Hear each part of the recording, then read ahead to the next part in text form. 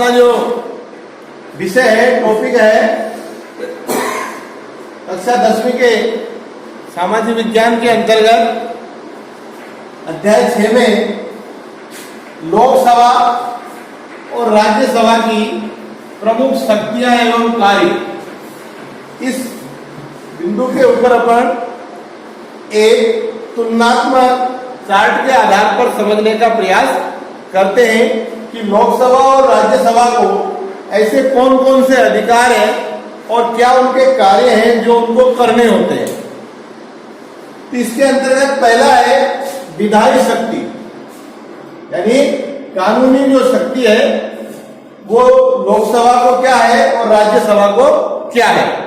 तो देखते हैं, संसद में जिसको हम लोकसभा का सदन है वह है संघ एवं राज्य सूची से संबंधित कोई विषय है तो लोकसभा उस पर कानून बना सकती है, किसी पुराने कानून को संशोधित कर सकती है और साधारण विधेयक को पास करके राज्यसभा के पास में अनुमोदन के लिए भेजती है और फिर राष्ट्रपति के हस्ताक्षर हेतु भेजा जाता है।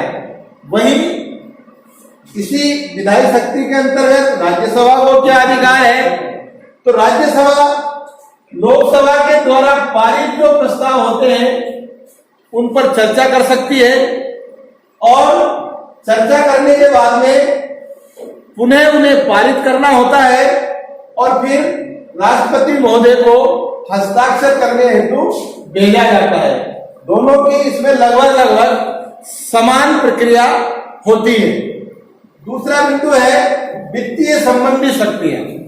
अब यह समझने की बात है कि लोकसभा में संविधान के अनुसार लोकसभा को वित्तीय अधिकार अधिक है राज्यसभा की तुलना में, क्योंकि लोकसभा जनप्रतिनिधियों का सदन होता है और भारत की जो निधि है उस पर जनता का अधिकार होता है, जनप्रतिनिधियों की सहमति उसमें होना चाहिए। इसलिए लोकसभा को यहाँ पर अधिक अधिकार संपन्न बनाया गया है। संविधान के अनुच्छेद 109 के अनुसार धन विधेयक केवल लोकसभा में ही प्रस्तुत किया जाता है, राज्यसभा में प्रस्तुत नहीं किया जाता। लोकसभा के द्वारा धन विधेयक को पारित करने के बाद में अनुमोदन हेतु राज्यसभा में भेजा जाता है। राज्यसभा के पास में जब धन विधेयक आता है तो राज्यसभा को धन विधेयक के संदर्भ में केवल उस पर चर्चा करना और उसके संदर्भित सुझाव लोकसभा को प्रस्तुत करना। धन विधेयक को राज्यसभा कभी भी अस्वीकार नहीं कर सकती। यहां पर संविधान ने राज्यसभा को धन विधेयक के मामले में या वित्तीय शक्ति के मामले में अधिकार नहीं दे रखे और लोकसभा के द्वारा पारित विधेयक को 14 दिन के अंदर राज्यसभा को हर हालत में पारित करके लोकसभा को लौटाना अनिवार्य है। अर्थात 14 दिन के अंदर राज्यसभा उस धन विधेयक को अपने पास में रख सकती है, चर्चा कर सकती है। 14 दिन के अंदर उसको हर हालत में पारित करना ही होगा। तीसरा बिंदु है कार्यपालिका के नियंत्रण के संदर्भ में। देखिए, संविधान में वर्णित धारा के अनुसार भारत की जो संघीय कार्यपालिका है वह लोकसभा के प्रति उत्तरदायी होती है। लोकसभा के प्रति उसको जवाबदेही माना गया है। अर्थात केंद्र की जो कार्यपालिका है, अर्थात जो मंत्रिपरिषद है, वह तब तक ही अपने पद पर बनी रह सकती है जब तक कि उसको लोकसभा का विश्वास प्राप्त है।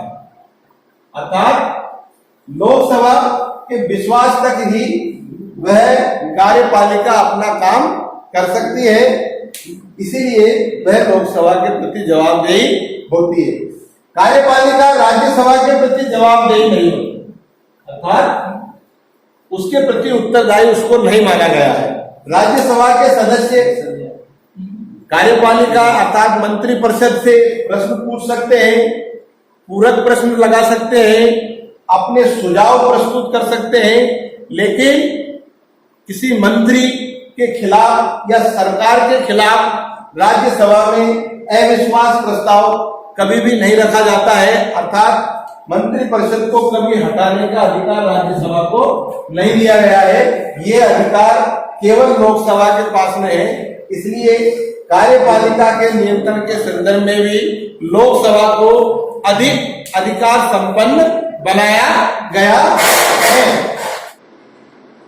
चौथा बिंदु, संविधान संशोधन की शक्ति।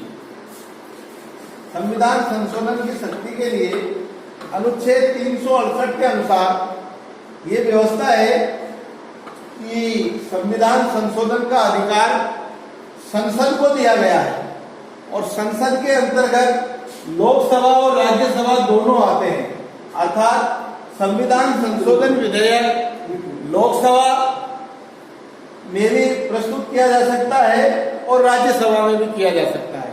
यहाँ पर लोकसभा और राज्यसभा को दोनों को समान स्थिति प्राप्त है संविधान संशोधन के रूप में। पांचवा बिंदु है निर्वाचक मंडल की शक्ति के रूप में। संविधान के अनुच्छेद 54 के अनुसार लोकसभा और राज्यसभा के निर्वाचित सदस्य, यहाँ पर बात समझने की है, निर्वाचित सदस्य है, मनोनीत सदस्य नहीं, मिलकर के राष्ट्रपति और उपराष्ट्रपति के निर्वाचक मंडल के सदस्य माने गए हैं। इसलिए लोकसभा के सदस्य और राज्यसभा के सदस्य भी राष्ट्रपति और उपराष्ट्रपति के चुनाव में अपना मतदान करते हैं। तो राज्यसभा को भी यहाँ पर निर्वाचक मंडल के रूप में समान शक्ति प्रदान की गई है। छठा बिंदु है विविध शक्तियां। ये महत्वपूर्ण है। विविध शक्तियों के संदर्भ में लोकसभा को अधिकार नहीं है, केवल राज्यसभा को कुछ विशेष अधिकार दिए गए हैं जिनका उपयोग राज्यसभा में ही किया जाता है। इसमें पहला है राज्यसभा के निर्वाचित सदस्य राष्ट्रपति और उपराष्ट्रपति के निर्वाचक मंडल में मतदान करते हैं, अर्थात राष्ट्रपति और उपराष्ट्रपति का जो चुनाव होता है उसमें राज्यसभा के सदस्यों को मतदान करना अनिवार्य किया गया है। ये इनको एक विशेष अधिकार दिया गया है।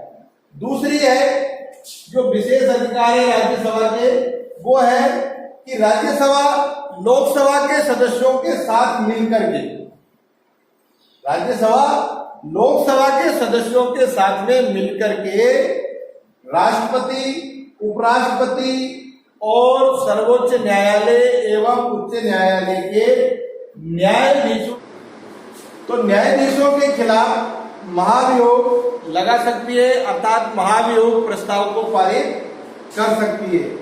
और तीसरा जो विशेष अधिकार है राज्यसभा को कि 1 माह से अधिक समय के लिए यदि आपातकाल जारी रखना है तो इसके लिए राज्यसभा का अनुमोदन अनिवार्य है। बिना राज्यसभा के अनुमोदन के आपातकाल को 1 माह से अधिक समय तक जारी नहीं रखा जा सकता। अगला बिंदु है 7वें बिंदु में विशेषाधिकार। विशेषाधिकार केवल राज्यसभा को है, लोकसभा को कोई विशेषाधिकार नहीं दिया गया है। संविधान में कुछ विशेष अधिकार केवल राज्यसभा को देकर के राज्यसभा को पावरफुल बनाया गया है, अधिकार संपन्न बनाया गया है। उसमें अनुच्छेद 249 के अंतर्गत राज्यसभा को यह अधिकार है कि वह मतदान प्रक्रिया में, यह बात समझने की है कि मतदान प्रक्रिया में भाग लेने वाले सदस्यों के, अर्थात जिस दिन मतदान हो रहा है किसी विषय पर, उसके 2/3 बहुमत के द्वारा कोई भी राज्य सूची का विषय को राज्यसभा के सदस्य राष्ट्रीय महत्व का घोषित कर सकते हैं। यह अधिकार केवल राज्यसभा को है, लोकसभा को नहीं है। और दूसरा जो विशेष अधिकार है वो है अनुच्छेद 312 के अंतर्गत राज्यसभा 2/3 बहुमत के प्रस्ताव द्वारा नए अखिल भारतीय सेवाएं स्थापित करने के लिए केंद्र सरकार को विशेष अधिकार प्रदान कर सकती है।